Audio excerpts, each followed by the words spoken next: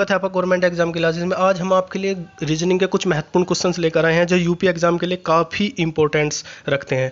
चाहे वो आपका यूपीएसआई एग्जाम हो, यूपी लेखपाल हो या यूपी ट्रिपल एससी का कोई भी एग्जाम हो, ठीक है। तो एक रीजनिंग का अच्छा खासा लेवल आजकल यूपी के एग्जाम में आ रहा है, तो उसकी हम आज प्रैक्टिस करेंगे। तो आप एक जो नया स्टूडेंट है वो इस चैनल को सब्सक्राइब कर लिए ताकि आने वाला जो वीडियो का नोटिफिकेशन है वो उसको मिल जाए। जो पुराना स्टूडेंट है वो इसे ज़्यादा से ज़्यादा शेयर करे। तो एक मोटिवेशनल कोटेज के साथ हम स्टार्ट करते हैं। कामयाब लोग अपने फैसले से दुनिया बदल देते हैं, जबकि नाकामयाब लोग दुनिया के डर से अपने फैसले बदल लेते हैं। ठीक है, तो इसका मतलब है कामयाब लोग और नाकामयाब लोग के बीच डिफरेंस बताया है कि जो कामयाब लोग होते हैं वे अपने गोल के प्रति पूर्णतः समर्पित होते हैं। वो चाहे कोई भी परेशानी उनके सामने आए वे उसे पार कर जाते हैं और अपने गोल को प्राप्त कर लेते हैं। लेकिन जो नाकामयाब लोग होते हैं वे चाहे दुनिया का प्रेशर हो या छोटी मोटी प्रॉब्लम और हो तो वे अपने फैसले को बदल लेते हैं, वे अपने गोल को प्राप्त नहीं कर पाते। ठीक है, तो आप कामयाब लोग बनिए और कामयाब लोगों की यदि श्रेणी में आना है तो आप जो है तो आपको क्या करना है, अपने गोल के प्रति पूर्णतः समर्पित होना है। चाहे आपके सामने कोई भी प्रॉब्लम आए, आप हर एक दिन एक स्टेप आगे बढ़िए ताकि आप अपने गोल के पास पहुंच जाए और उसे प्राप्त कर ले। तो बढ़ते हैं। फर्स्ट क्वेश्चन से आपका एक वेन डायग्राम दिया गया है जिसमें स्टोव का और आपका बर्फ़ का टुकड़ा और फ्रीजर के बीच एक रिलेशनशिप आपको बताना है।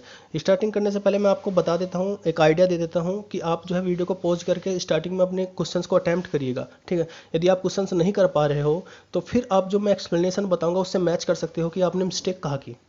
तो इसका जो आंसर है वो हो जाएगा आपका बी इसलिए हो जाएगा कि जो बर्फ़ का टुकड़ा होता है वो कहाँ होता है, फ्रीजर के अंदर। ये फ्रीजर होगा, ठीक है, और ये आइस बर्फ़ का टुकड़ा होगा किसके अंदर है, फ्रीजर के। लेकिन जो स्टोव है, स्टोव का और फ्रीजर के बीच कोई रिलेशनशिप नहीं है, तो इसका बी वेन डायग्राम हो जाएगा। नेक्स्ट है आपका एक परिवार है और उस परिवार में एम के दो बेटे हैं, पी और एस। एस की शादी आर से हुई है, टी एम का इकलौता पोता है, तो बताइए पी का आर से क्या रिश्ता है। तो इसका जो आंसर है वो है आपका डी, देवर। अब मैं एक्सप्लेनेशन आपको बता देता हूँ। एम है, एम के दो बेटे हैं पी और एस। एस की शादी आर से हुई है, ठीक है, और इनका एक लड़का है टी जो एम का क्या है, पोता है। तो आपका आर से और पी का क्या रिलेशन है, तो ये भाई की पत्नी होगी, ठीक है, क्योंकि पी और एस क्या है, भाई है, तो ये क्या हो जाएगा आपका, पी हो जाएगा देवर। तो इस तरीके से आप इसका एक्सप्लेनेशन देख सकते हो। नेक्स्ट है आपको कोट, आपको दिया गया है फॉर्मेट, FORMAT को TQHXEQ से कूटबद्ध किया गया है, कोडिंग की गई है, ठीक है। तो आपको DINNER का कोडिंग बताना है, ठीक है, या कूटबद्ध करना है आपको। तो इसका जो आंसर है वो है आपका सी कैसे हैं, आप स्टार्टिंग के तीन FORMAT का TQH और XEQ के साथ रिलेशनशिप निकालिए, तीन तीन का रिलेशनशिप। जैसे FOR का रिलेशनशिप मैं आपको बताता हूँ, जैसे टी क्यू और एच है, ठीक है। तो एफ का +3 करो, एफ में एच आ जाएगा, आर में RST, ठीक है, ओ का OPQ, ठीक है। इसी तरीके से DIN का करो तो डी का DEF, ठीक है, तो यहाँ पे एफ आ जाएगा। HIJK, यहाँ पे के आ जाएगा, NOP, तो यहाँ पे पी के एफ हो जाएगा। तो इसी तरीके से हम MA और T का रिलेशन निकालते हैं, XEQ। तो M +4 करने पर क्यों आएगा, T में +4 करने पर X आएगा और A में +4 करने पर E आएगा, ABCDE। इसी तरीके से NER में जब +N में 4 करोगे तो R आ जाएगा, ठीक है, E में +4 करोगे तो I आ जाएगा और R में +4 करोगे तो V आ जाएगा। तो इस तरीके से इसका C आंसर हो जाएगा। आगे बढ़ते हैं। नेक्स्ट क्वेश्चन से आपको इसमें कुछ चिन्ह दिए गए हैं, कूटबद्ध किए गए हैं, तो आपको इसमें इसकी वैल्यू बतानी है, इसमें x की वैल्यू बतानी है, जबकि डिवाइड भाग को जो है ग्रेटर देन बराबर से कूटबद्ध किया गया है, माइनस को हैशटैग से, ठीक है। तो इस तरीके से कूटबद्ध किया गया है, तो इसे आपका x की वैल्यू यहाँ से निकालनी है। तो इसका जो आंसर है वो b है, 16 है। कैसे है मैं एक्सप्लेनेशन बता देता हूँ। जैसे 14 है, इसे जो है डिनोटेड किया गया है प्लस से, फिर x है, ग्रेटर को हम डिवाइड भाग से डिनोटेड करते हैं 2, ठीक है, और फिर है आपका हैशटैग जिसे माइनस से डिनोटेड किया गया है 12 इजिकल टू हो गया आपका 10, ठीक है। तो 14 प्लस एक्स बाई टू, जब 12 को इधर ले जाएंगे तो ये प्लस हो जाएगा, ये माइनस है यहाँ पर तो 22 हो गया, ठीक है। एक्स बाई टू 14 को इधर ले जाओगे ये 8 बजेगा, और फिर हम जब मल्टीप्लिकेशन करेंगे तो x इजिकल टू आ जाएगा आपका 16, तो इसका 16 आंसर हो जाएगा। ठीक है फ्रेंड्स, नेक्स्ट आगे बढ़ते हैं। कथन निष्कर्ष का कथन तर्क। तो इस क्वेश्चन में कथन दिया गया है और तर्क आपको बताना है। कथन निष्कर्ष, कथन तर्क, ठीक है, और कथन पूर्वानुमान, इससे डाटा डेफिशिएंसी से काफ़ी क्वेश्चंस पूछे जा रहे हैं। आप इस पर ज़्यादा से ज़्यादा प्रैक्टिस करिएगा, ठीक है, चाहे वो कोई भी किसी भी लेवल का एग्जाम हो।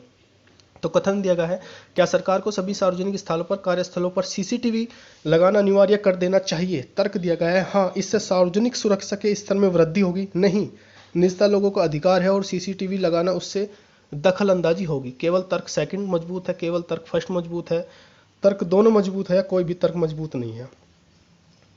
तो इसका जो आंसर है वो है आपका बी। बी इसलिए है, मैं एक्सप्लेनेशन बता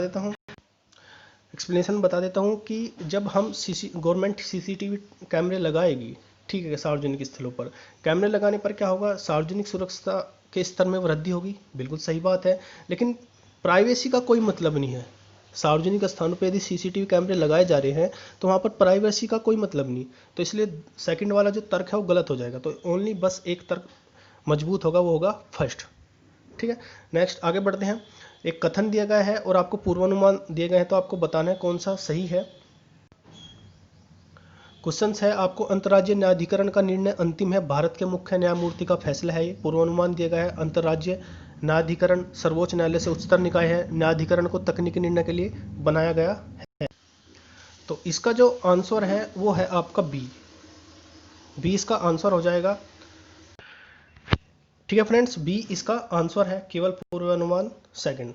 अब मैं बताता हूं क्यों है। अंतर्राज्यीय न्यायाधिकरण का एक डिपार्टमेंट है, ठीक है, का निर्णय अंतिम होता है, भारत सरकार मुख्य न्यायमूर्ति का फैसला। इसका मतलब है अंतर्राज्यीय न्यायाधिकरण सर्वोच्च न्यायालय से उच्चतर निकाय है, ऐसा हो ही नहीं सकता, क्योंकि सर्वोच्च न्यायालय ही सर्वोत्तम निकाय है, ठीक है, इससे बड़ा कोई निकाय है ही नहीं। और न्यायाधिकरण तकनीकी निर्णय के लिए बनाया गया है, ये सही है, न्यायाधिकरण जो है तकनीकी निर्णय के लिए बनाया गया है, तो इसके लिए इसका जो आंसर होगा वो बी होगा, ठीक है, सेकंड अंतर्निहित होगा। नेक्स्ट आगे बढ़ते हैं। आपको सीरीज दी गई, आपको एक इसमें विकल्प संख्याएं दी गई हैं और आपको बताना है कि विषम जोड़ी क्या है, ठीक है, 1, 8, 3, 22, 7, 50, 9, 65। तो इसका जो आंसर है वो है आपका डी, विषम आपका डी है। डी कैसे है कि 1 × 7 + 1 जब करोगे तो आपका 8 आ जाएगा, और 3 × 7 + 1 करोगे तो 22 आ जाएगा, ठीक है, और 7 × 7 + 1 करोगे तो आपका 50 आ जाएगा। लेकिन जब आप 9 × 7 करोगे और +1 आएगा तो 65 नहीं आएगा, 64 आएगा, तो इसलिए इसका आंसर डी है। ठीक है, नेक्स्ट आगे बढ़ते हैं। तो आपको जो है विकल्प मतलब कुछ कीवर्ड्स दिए गए हैं, जैसे cricket, squash, table tennis, football, तो आपको बताना है कि इनमें से अलग कौन सा है। तो इसका जो आंसर है वो है आपका बी, फुटबॉल इनमें से अलग है, क्योंकि क्रिकेट, स्क्वाश और या टेबल टेनिस जो है आप एक उपकरण से खेला जाता है, जबकि फुटबॉल जो है पैरों से खेला जाता है, ठीक है, इसलिए फुटबॉल इनमें अलग होगा। नेक्स्ट क्वेश्चन है आपको, कर्ण पूर्व दिशा में x मीटर की दूरी तय करता है, तब दाएं मुड़कर y मीटर की दूरी तय करता है, तो बताइए प्रारंभिक बिंदु तक पहुंचने के लिए सबसे छोटी दूरी क्या होगी? x + y, √x² + y² + y² या dxy। तो आपका ये कर्ण है, ठीक है, जो पूर्व दिशा में चलता है x मीटर, फिर यह अपने दाएं मुड़ जाता है y, ठीक है, तो यहाँ से और यहाँ तक के जो बीच की दूरी है ये ट्रेंगल बन जाएगा, राइट ट्रेंगल। तो यहाँ पर हम पाइथागोरस प्रमेय लगा सकते हैं, x² + y² का √, ये डिस्टेंस हो जाएगी, जो मिनिमम डिस्टेंस होगी, ठीक है, ये डिस्टेंस हम निकाल सकते हैं। तो इस पॉइंट से इस पॉइंट तक के बीच में, तो 20 का आंसर हो जाएगा। नेक्स्ट है आपका, आपको दिया गया, सूर्य के 2 बेटे हैं, मुथु और अजय। अजय दिव्या अजय के भाई की बेटी है, सीता मुथु की पत्नी है। अनिल की दिव्या से शादी हुई है, अनिल का सीता के देवर के पिता की पत्नी से क्या रिश्ता है? तो इसका जो आंसर है वो है आपका, इसका आंसर है आपका प्रपौत्र दामाद, ए इसका आंसर है। ए कैसे हैं देखिए, मैं एक्सप्लेनेशन कर देता हूँ। ये है सूर्या, सूर्य के दो बेटे हैं मुत्थु और अजय, मुत्थु और अजय। ओके फ्रेंड्स, अजय, ठीक है। मुत्थु की लड़की है दिव्या,